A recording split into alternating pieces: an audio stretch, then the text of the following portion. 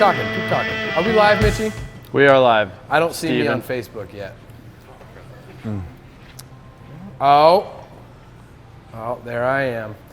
What's going on, guys? It's Tech Tuesday, and if you look behind me, we've got a brand new wrap on the Pro R. Tell us what you think about it in the comments section.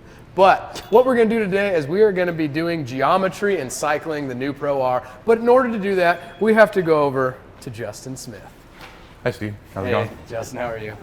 Didn't have to go anywhere this time. Exactly. I came all the way over here for you. I love it. I love it. So yes, as you had mentioned, as Steve has mentioned, that we're gonna, mostly because we didn't have anything else prepared today, we decided that we're gonna cycle the Pro R and show you guys a little bit about some of the toe changes that this thing is going through in its geometry and some of the camber changes. Good and bad, actually. Most of the stuff's really good. So one thing, if you guys don't already know this, but as your tires go up and down through suspension cycle, there is something called bump steer, and that is the change of toe throughout that cycle. They can go in, they can go out. Basically, you want as little as possible. Zero toe would be great, because any toe change through cycle is going to come back into the steering wheel for bad kickback, feedback, where your hands out, maybe even give you a uneasy feeling of driving it because it wants to go anywhere and dart around on the trail. So zero toe is good. Camber, lots of theories in this one. Some manufacturers want to keep the camber zero the whole way through. That means that the tires aren't tipping in or out through cycle. Some go the other way, like on the Pro R, as it droops out, the camber also cambers out, positive. The KRX has camber gain full droop, or full compression, ride height zero, and camber gain at full droop, which personally I think is the better way to go. But we'll show you guys all a little bit about that. Steve gets to run the forklift. Yeah, do you think we can trust you with the forklift today? I've done it before. I'll do it again. All right. I'm not going to sit underneath the car. Let's go back into history. You're the one that hit the door, not me. The first time you hit it, the second and the third time. You just weren't paying attention. You beat me, so you weren't paying attention. All right. So why don't you hop on that, you guys? Mitch, you got a tape measure, don't you? I do. Camille, if you can show everybody what we're up to over here, we've got a couple of alignment plates that we bolted to the front hubs and the rear hubs on this thing so that we can have a good measuring surface. If you'll notice, we put a couple of slots in here. You can buy alignment plates from pretty much anywhere, Speedway, Engineering, any place that's selling dirt track stuff. You can get all kinds of alignment tools. Typically, they're not going to be in the bolt patterns you want, so we kind of made our own. No, we're not selling them. Don't call us and ask for them. We're not going to make any more. That's number one. Number two, another reason why we did it this way is because when this car is completely compressed, it's hard to take a measurement on the tire when you're trying to run a tape measure all the way through the center of the chassis.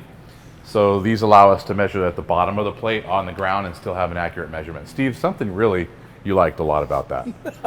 I'm laughing because you said we're not going to sell them, but you said last time we were going to sell them, so that's what just made me laugh. Is you said we were going to sell them. Well, I'm moody and I change my mind from time to time. Usually every 28 days, I'm in a better. No, that's all I was laughing at. So anyway, our alignment plates help us measure it out. Mitch, you've got tape measure, right? So I do. Let everybody know where we're starting out. We don't go up a little bit for ride height? Yeah, so easier to start at ride height, just kind of your middle measuring point, I guess, because you can go ride height to full droop and then fully compress. So either way, we're going to cycle it all the way, full compression, full droop, right? Either way, yeah. Steve, fire up. What's the ride height? 18 and a half.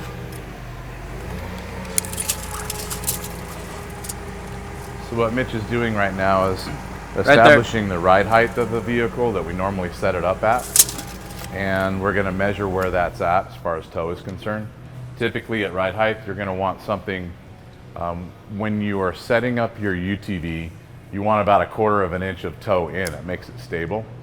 For all of our measurements, it's a lot easier to have a zero toe set at ride height, and then you've got, it's easier to understand how far that it moves at droop and full compression. Did you already change it, or is it pretty much quarter in? It's still stock right now. Stock. Yep. Pull the tires off, call it good. Yep. Well, let's see where you're at. Yep. So right now we're measuring the toe, or at least the width of what would be the tires in the front. 70 and 5/8. And measuring the width at the rear. What we're looking for is the difference between the two. 70.5. So the wrap on this, somebody had a question. The wrap on this is done by Wolf Designs. They do all of our stuff, including the wallpaper in this shop. And they've been known to wrap people if they stand still too long in this place. So call Wolf Designs, they're badass. What do you got? 70 5/8 in the front, 70.5 in the rear. So it's actually towed out. 1/8 inch towed out. And this is just after us running it at the Baja 500. It was our pre-runner. So we put, I think we started with 200 miles on it, ended up with about 800 or 900 miles on it. So we put 500 or 600 miles of pre-running on it. So some stuff's probably moved. It was towed in before we started. All right, let's go one direction or the other. Which way you want to go? Go full droop.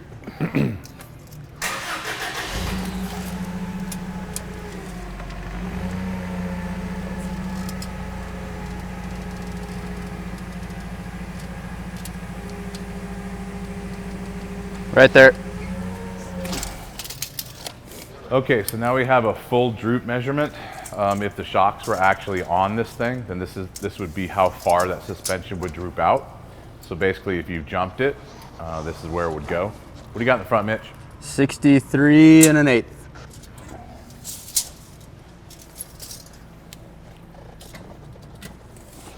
And the rear. 63.5. So it actually cycled from an eighth of an inch out to a 1/4 inch in, right? Is that what that number was? 1/4 roughly? inch. Yep, 1/4 inch in. So one thing a lot of people get confused about that we want to straighten out for you, the toe measurement is the difference between the front, the width of the front tires, and the back of them at any particular point in that travel. Since the arms are only so long, they are in an arc, right? So at ride height, you might have one width of say 70 something inches. Fully drooped, they get narrower, and that's gonna be a much narrower measurement. It doesn't matter that it came in 3 or 4 inches of width. The only thing that matters is the difference from the front to the back. So it's helpful to write all this stuff down so you can remember you're not checking overall width from the first measurement to the last. A pen and paper is your best friend. It is. Check the front to the back no matter where it's at. Yes, Steve. Old Dominic Galindo has a question over there, but you're gonna have to come to one of my necks. Yes. Mine preferably. Mr. BR Hollywood is asking, do you want a 1/4 inch from the disc or the tire? We always measure from the bulge of the sidewall of the tire. Typically the bulge, huh? Yes, I got Steve excited. Typically we don't measure the tread because there's too many inconsistencies in the tread. What we try to do is measure the widest point of the tire or that sidewall bulge that Steve likes so much, right between usually what it says for tire size. I always try and get the most out of my measurement too. Again, size and bulge, Steve is excited. Always try and get the most out of it. So that's gonna, on a 32 inch tire, it's probably gonna be about 26 inches of distance overall. Somewhere in the 24 inch to 36 inch distance would be best. That's what we do. So also you can do it in degrees, which is a little bit more accurate, but you need an alignment shop and machine to do that, and none of us have it, so we're doing it with a tape measure. Now we're gonna go full compression. Fully compressed. All right, down she goes, Steve. Watch your knee, Mitch. Yep. What's the compressed shock length, Mitch? 23 5/8. All right.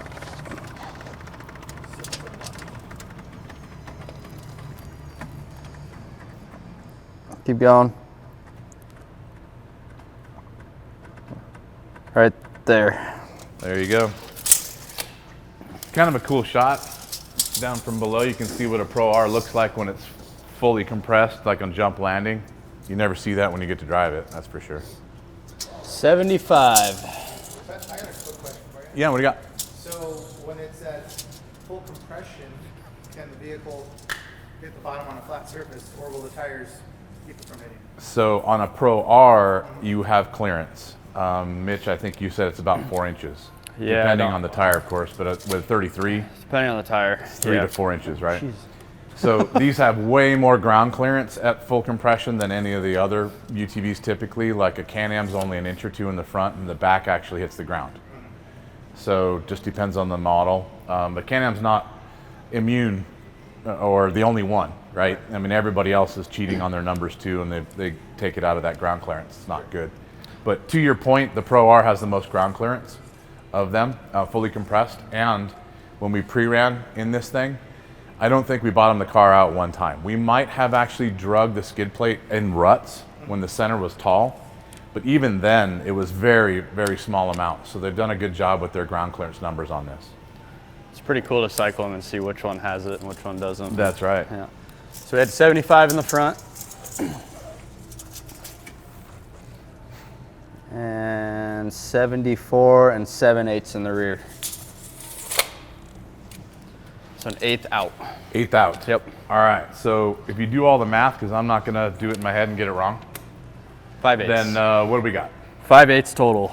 All right, so to answer someone's question, the front of our car, which does not mean that the front of your Pro R is the same, because they are all different. There's a lot of change between the same vehicle, just different ones. There's too many variables in all of the things that are bolted in the front, mainly tie rod pins, taper, how far they're sitting off the spindle, other things like rack location.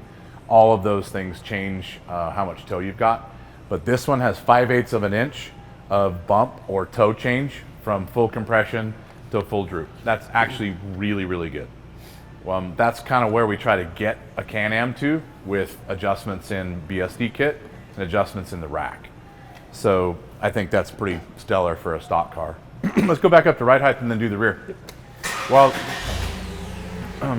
they're doing that, maybe take a look at this rear hub on this. One thing you want to point, or that I'd like to point out, is this toe link.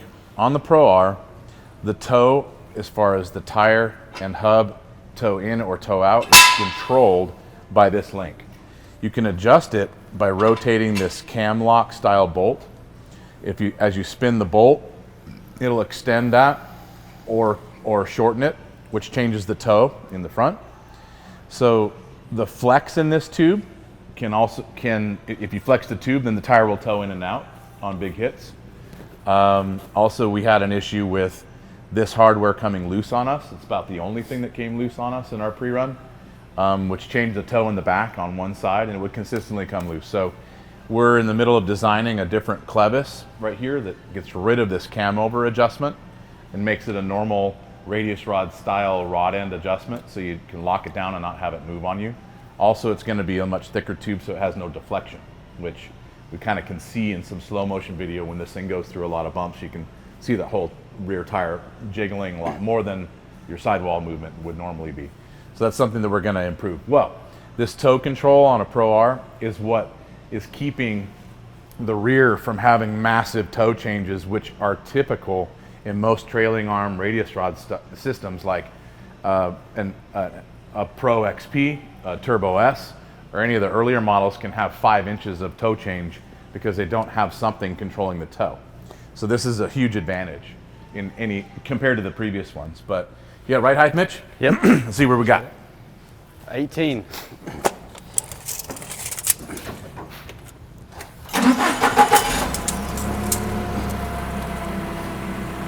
Up. A little more. Up. Down just a hair. Right there. So since we're looking at the rear suspension on this, you guys might wonder why they're using this style of toe control. Go ahead and do your measurements, I'll stay out of your way. Versus what a Can-Am does. A Can-Am has a 3 radius rod system where the center link on a Can-Am is the toe control. Are you right on the Well, line? it's all about the manufacturers getting around each other's patents. You know, 70 maybe and Can-Am has 3/4? that toe link in the back as a 70 3 and a half? radius rod system locked down patent-wise. So then Polaris has to control it in a different direction. And also, like a KRX controls it with a 5th link, which is really bitchin'. But everybody's just trying to do the same thing, just in different ways to not get in trouble. What do you got, Mitch? 0. 70.5 in the rear, 70.5 in the front. All right, well, that makes it easy for our math, right? Yep. Cool. Where are you going from here? Up? 41 3/4.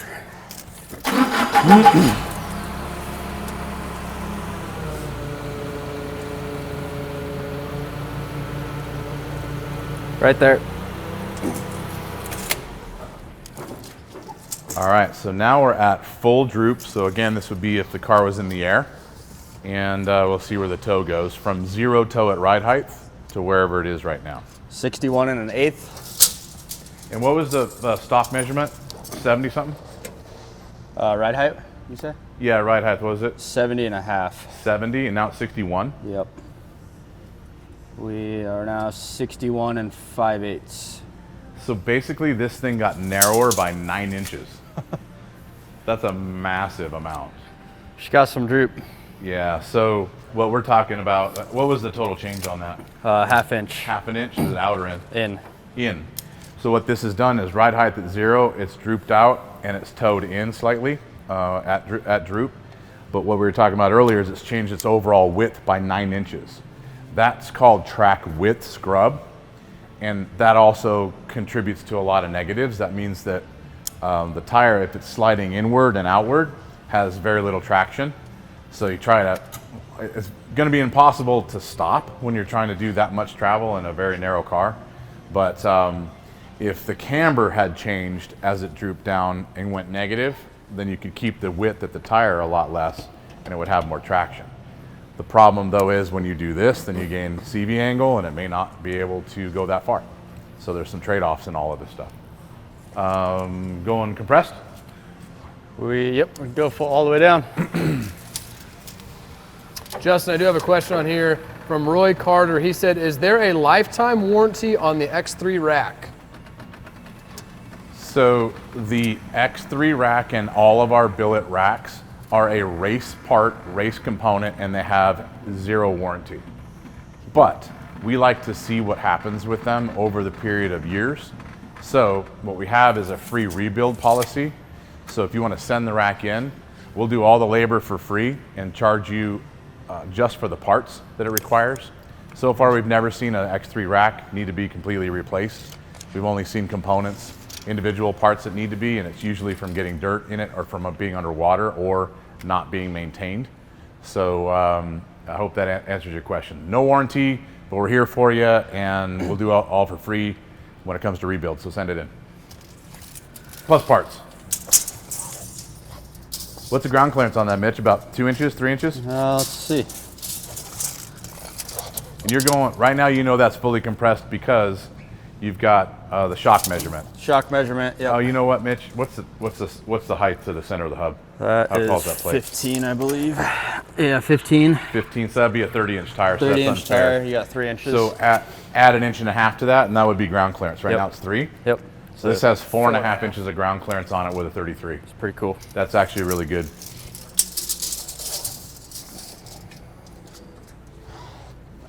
$73 and a half. So it's actually wider compressed than it is at ride height.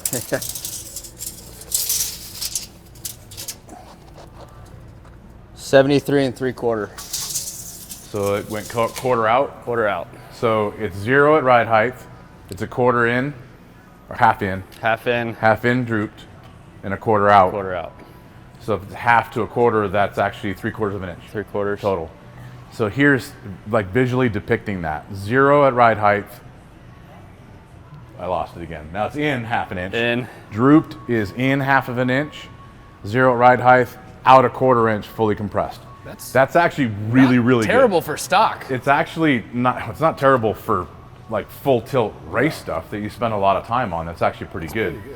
Plus, it's amazing compared to a vehicle that doesn't have tow control.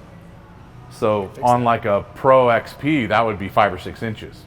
And that's another reason why on the Pros and the Turbos, especially in a 2-seater through the whoops, they get pretty squirrely in the back because the thing's towing in and out as you go through the whoops. So that's one reason with 0 or very little toe change in the back of this. It's one reason why this thing is perfectly straight in the big rough stuff, and it is. It's actually really impressive. So I'm a fan of the Pro Rs because of the time I've put in them so far. There's a few things that I'm going to change that I'm going to mention in a full review that we're going to do soon. Actually, I think we've got most of that stuff written up. We're going to film that in another week or so. So look for that in about 3 weeks.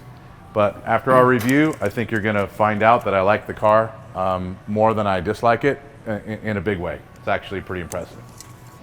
Anybody have any questions on tow while Steve raises his back up to ride out? Kind of notice how it cambers into at fully compressed. Like this? Yep. But at droop, it's out. At droop, it's out. So I think actually the reason that they're cambering it positive at Droop is to save the CV. Makes sense. Because I don't think they do that on purpose. That wouldn't be the best way to go. Right. Yes, Dom, what do you got?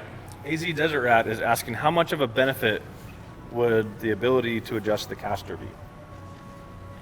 Well, in the back it makes no difference. In the front it would be a big difference. I mean, we prefer to run stuff between 3 degrees and 5 degrees positive caster, or do you say camber? Caster in the front. And that changes how it drives. Anything more than 5 degrees is pretty heavy in the wheel when you turn in, and anything less than 3 degrees is like instantly turning in for you in the front, so we kind of keep it in the middle. I'd love to adjust it on a stock car, but they're usually not far off. I mean, I think this thing's 3.5 factory, so I like changing it, but even if you can't, as long as it's close, we're good. We've seen some lawn travel kits come in, though, that were like 10 degrees. So that one was positive, 14 degrees on 14, that one. and it was in like you couldn't drive the thing, and there's all kinds of negatives that came into that. And we spent a long time getting that aligned to where it was drivable, and that guy loved it. Like afterwards, he's like, completely different car. Yep. But what other questions have you got, Steve? I've got nothing. Just people saying thanks on the info. Sweet. How do you keep your toes straight, Steve? How do I keep my toes straight? Yeah, I mean, are your socks affected in a big way? Or? You know, it all just depends. I never want to be that guy that walks with a pigeon toe, so I always try to keep it straight. You know? Oh, well, that's not quite straight the other my way. stance isn't straight, but I do walk straight. Well, thanks for sharing. Appreciate that.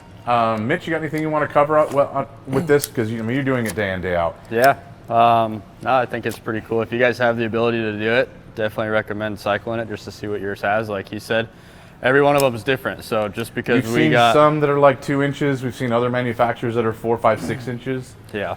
It just depends on the model, and it depends on where things are bolted to it on the assembly line. There's too many variables for them to keep it perfect, and this one's pretty damn good. Even like we were talking, the bolt having a little bit of play inside the joint where it mounts to. If it's tightened up or down, like that can affect it too. So. Well, I mean, we were doing the math the other day when we were cycling another one, and 30 thousandths of an inch in tie rod joint height in the spindle was worth a ½ an inch of toe change. 30,000. I mean, let's put that into perspective. It's a spark plug gap of movement and height can change it a ½ an inch. So 2 of those is an inch. 4 of those is 2 inches, right? That's a massive amount in the wheel. So a little here and a little there adds up. And if they all go in the wrong direction, pretty soon you got 4 inches of bump steer, and it's something that should be addressed. We do this on a daily basis. We check every car that comes in here, not every single one that we do every day, but every model we do. And every model, every once in a while, we'll spot check 3 or 4 more and see where they're at. And it's kind of cool. You learn a lot as to why they maybe designed it some way. You learn a lot as to what they should change, honestly. But not that we're the experts. We just drive the stuff, right? Yeah. But if you guys have any questions on tow, on some of the geometry stuff, maybe Dom does? Mr. Rich Fortin is asking, will portals magnify these numbers? No. So a portal is only going to take what you have for a tire location and lower it.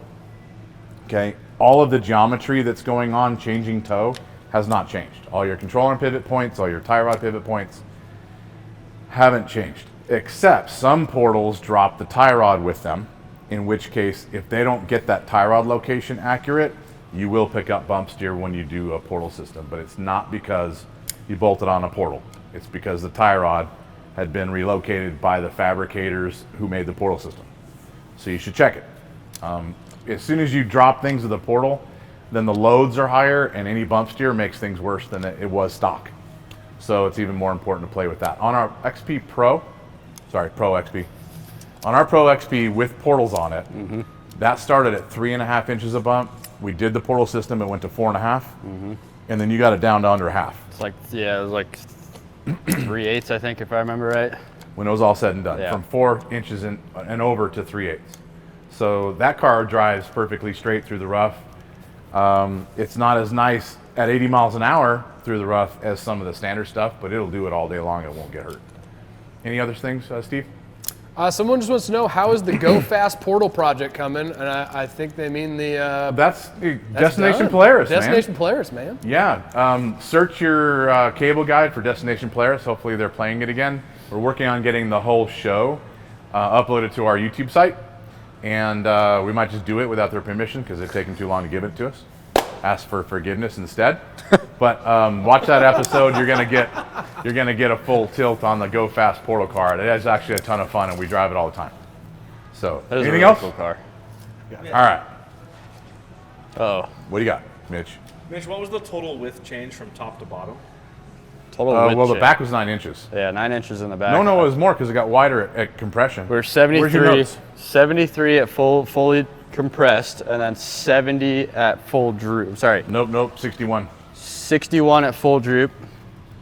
In the rear now. Yep. So you've got 61 to 73, or 12 inches different. Yep, the front It's was a foot narrower. Jesus. Wow. That's actually really bad, honestly. In the front, 62 and 62 75. to 75. All right, 8 and, ooh, that's even more, isn't it? It is, that's 13 inches. Mm-hmm.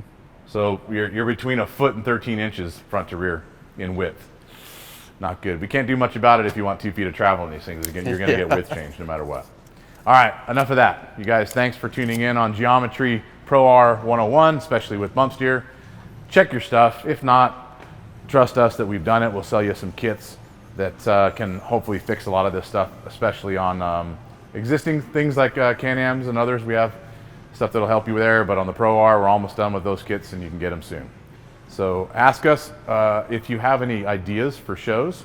We are not going to be here Thursday because we're going to be in Oregon, but 2 weeks we'll be back. So give us some ideas and we'll touch on it. Steve, why don't you send us out? All right, guys, if you're looking to buy anything, please visit us at www.shocktherapyusa.com, or if you have any questions, call in 623-217-4959.